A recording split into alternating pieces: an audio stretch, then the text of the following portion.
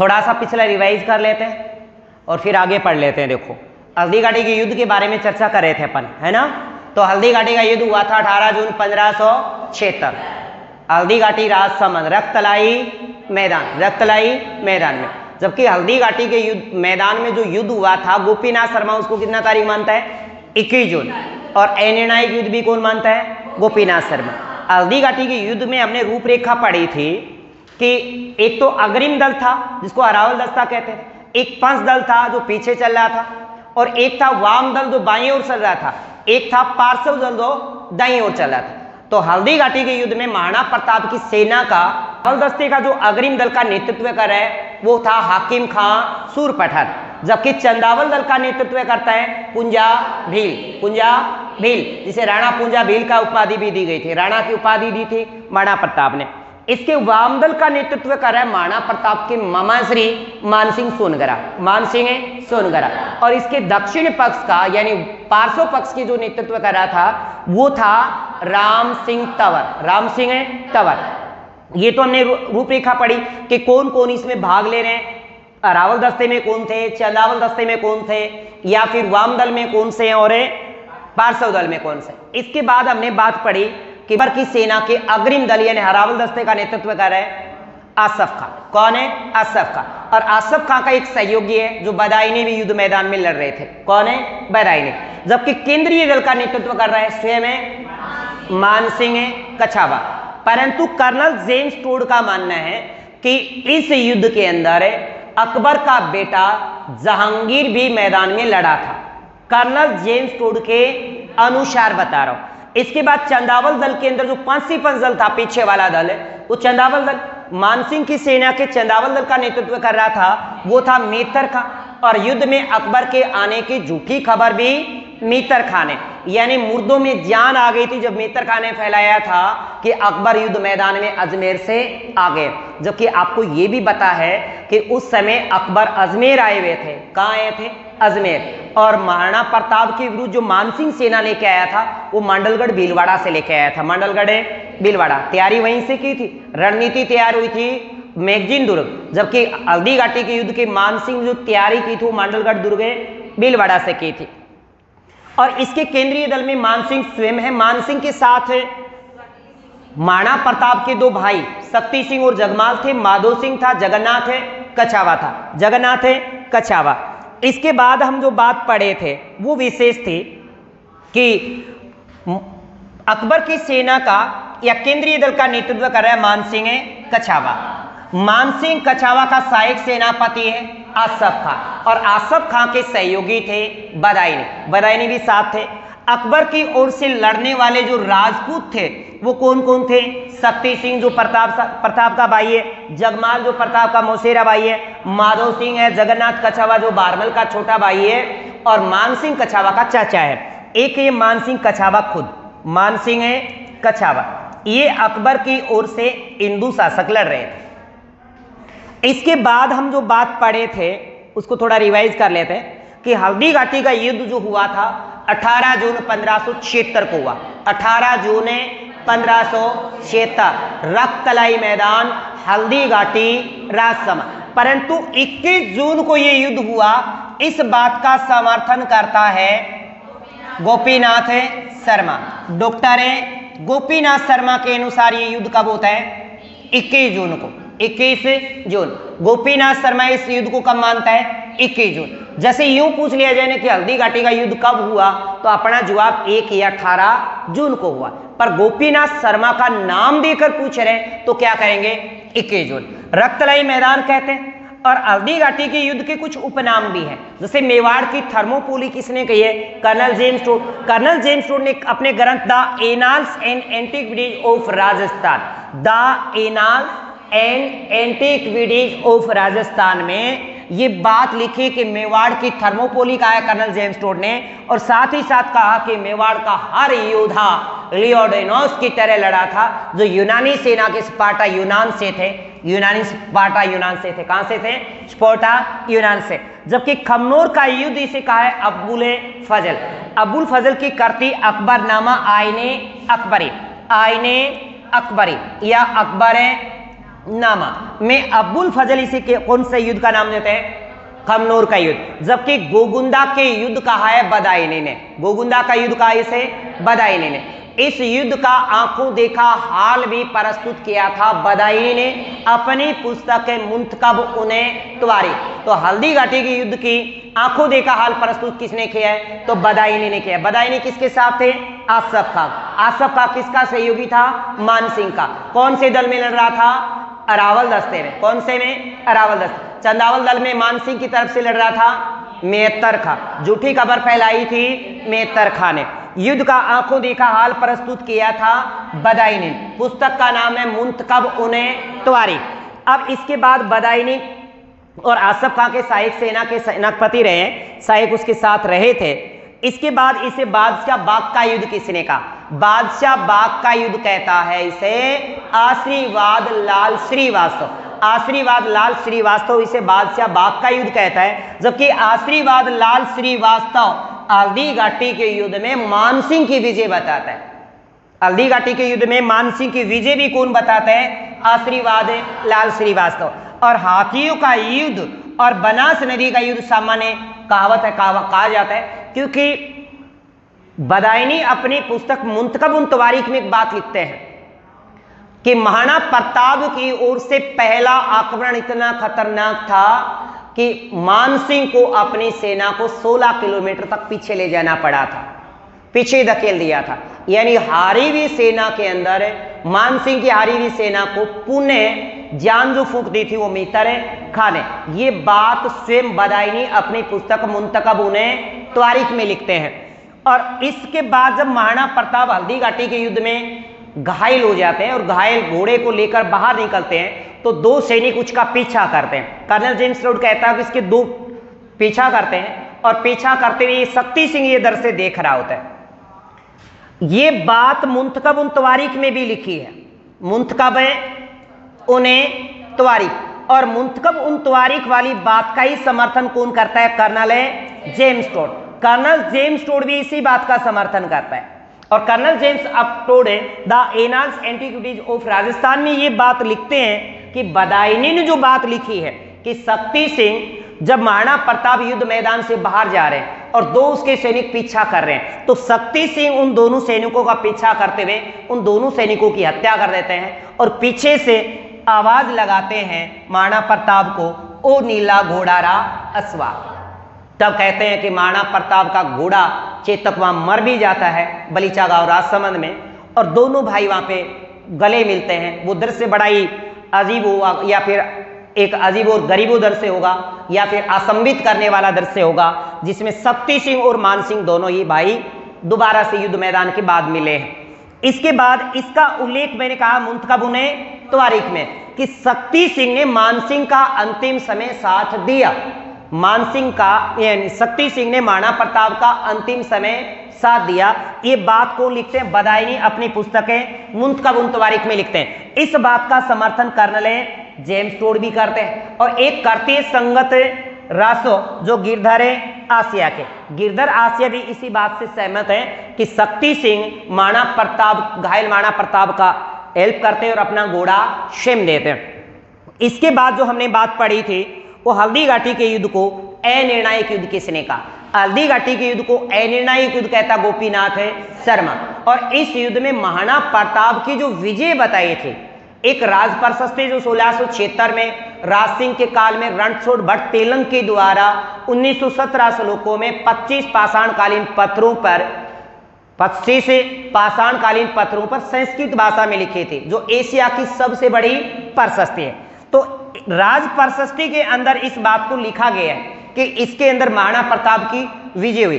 फिर एक आता है जगदीश मंदिर। जगदीश मंदिर प्रशस्ति में भी इस बात को लिखा गया कि महाराणा प्रताप हल्दी घाटी के युद्ध में विजय हुए। जबकि आशीर्वाद लाल श्रीवास्तव इस बात को मानते हैं, आशीर्वाद लाल श्रीवास्तव कि हल्दी घाटी के युद्ध में मानसिंह की विजय हुई। किसकी? मानसिंह की विजय हुई। हल्दी घाटी के युद्ध के बाद महाराणा प्रताप घायल महाराणा प्रताप अपने सैनिकों को भी ले जाता है और कहते हैं कि महाराणा प्रताप कुल्याणी गांव जाते हैं। कुल्याणी गांव में अपने घायल सैनिकों का उपचार करवाते हैं। कुल्याणी गांव में उपचार करवाया जाता है। इसके बाद अपने सैनिकों के साथ आवरगढ़ चले जाते हैं और आवरगढ़ में अस्थायी राजधानी बनाते हैं और आवरगढ़ के बाद वापस पुनः राजधानी कुंभलगढ़ बना ली जाती है। तो हल्दी घाटी के युद्ध के बाद महाराणा प्रताप की अस्थायी जो राजधानी थी वो आवरगढ़ थी। क्या थी? आवरगढ़। और स्थायी राजधानी पुनः बनाई उसने कुंभलगढ़। परंतु हल्दी घाटी के युद्ध को जब हो चुका था और मानसिंह और आसफ खां जब अजमेर में अकबर से मिलते हैं, अकबर ने मानसिंह और आसफ खां से पूछा कि क्या महाराणा प्रताप को मार दिया, क्या महाराणा प्रताप की सेना को हरा दिया? तो कहते हैं कि मानसिंह और आसफ खां के मुंह में जुबानें नहीं थी। और फिर इस मानसिंह और आसफ खां को दिल्ली दरबार में भी प्रतिबंधित कर दिया था अकबर ने। फिर अकबर ने क्या किया, हल्दी घाटी के युद्ध के मैदान को देखने हेतु एक व्यक्ति को भेजता है जिसका नाम था महमूद खां। क्या था? महमूद खां। महमूद खां को भेजता है और महमूद खां के भेजने के बाद वहीं पर जब अजमेर की बात आती है 76 में, नवंबर 76 में, तब कहते हैं कि भगवंत दास को भेजता है उदयपुर पर आक्रमण के लिए। नवंबर 1576 को अकबर नवंबर 1576 को उदयपुर पर आक्रमण हेतु भगवंत दास को भेजते हैं, क्योंकि अब मानसिंह पर विश्वास नहीं रहा। मानसिंह के पिता श्री भगवंत दास को भेजता है और भगवंत दास के नेतृत्व के अंदर उदयपुर को जीत लिया जाता है और उदयपुर का नाम बदलकर अकबर कर देता है मुमदाबाद। क्या कर देता है? मुमदाबाद। ऐसा अपन पहले भी पढ़ चुके हैं, मुमदाबाद कर दिया जाता है। और अकबर उदयपुर का जो प्रशासक बना देता है, एक का नाम था फखरुद्दीन और एक का नाम है जगन्नाथ कछावा। दो को वहां का प्रशासक बना देता है, एक का नाम फखरुद्दीन और दूसरा कौन है? जगन्नाथ। जगन्नाथ को वहां का प्रशासक बना दिया। उसके बाद कहते हैं कि अकबर स्वयं हल्दी घाटी के मैदान में जाता है। नवंबर 1576 के बाद उदय मैदान डूंगरपुर चला जाता है। उधर से डूंगरपुर होता हुआ अकबर चला जाता बांसवाड़ा। डूंगरपुर गया तो डूंगरपुर के आस्कर ने अधीनता स्वीकार कर ली। बांसवाड़ा गया तो बांसवाड़ा के राव प्रताप सिंह ने अधीनता स्वीकार कर ली। प्रताप सिंह ने अधीनता स्वीकार कर लेता है। बाद में दिल्ली चला जाता है और दिल्ली जाने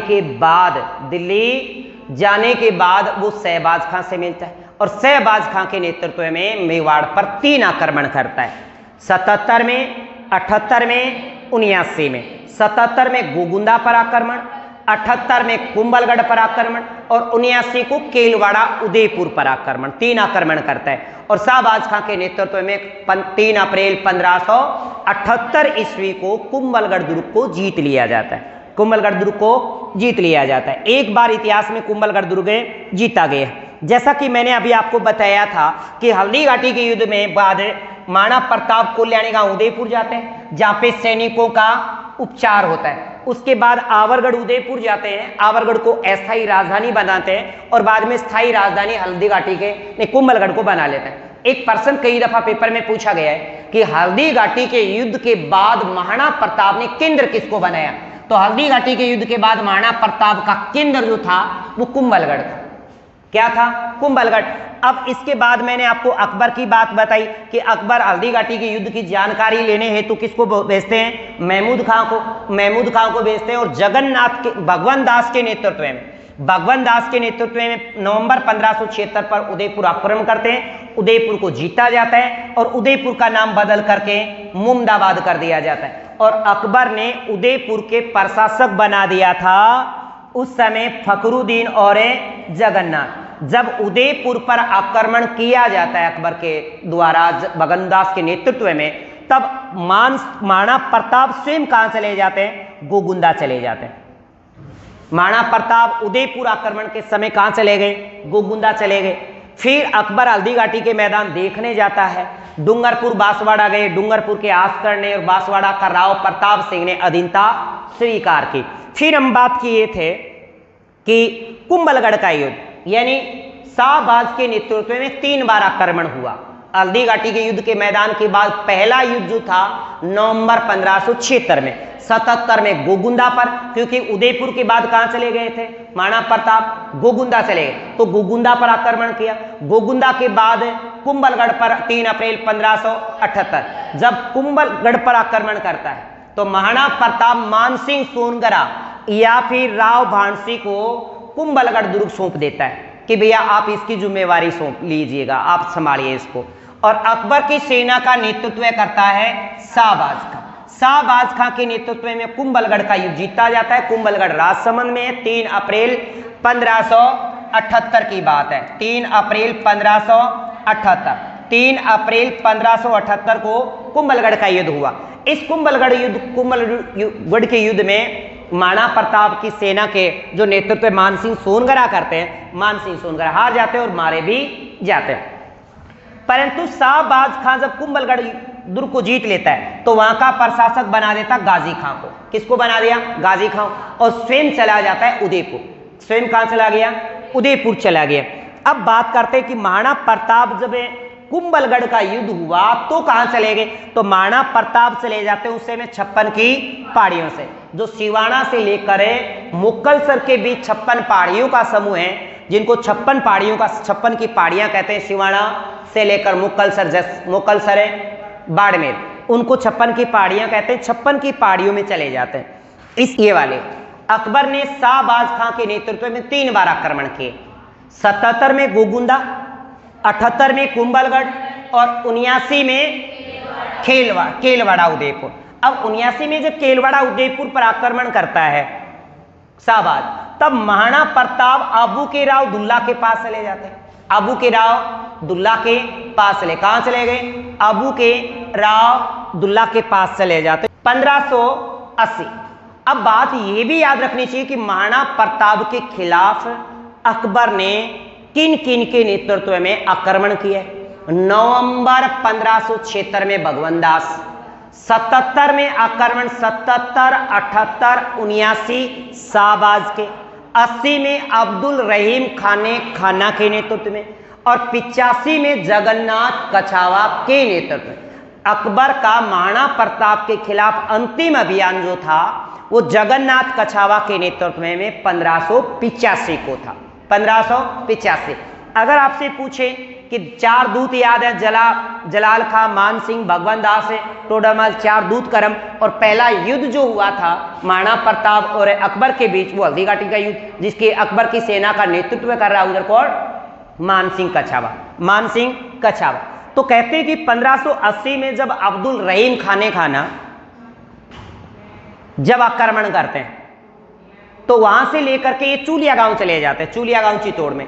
और चूलिया गांव चित्तौड़ के अंदर भामाशाह और भामाशाह के भाई ताराचंद से मुलाकात होती। आपने ये भी पढ़ा था कि हल्दी घाटी के युद्ध के अंदर केंद्रीय दल में महाराणा प्रताप जब लड़ रहे थे तो महाराणा प्रताप के साथ रामा मानसी, भामाशाह और ताराचंद भी साथ थे। कौन है? ताराचंद।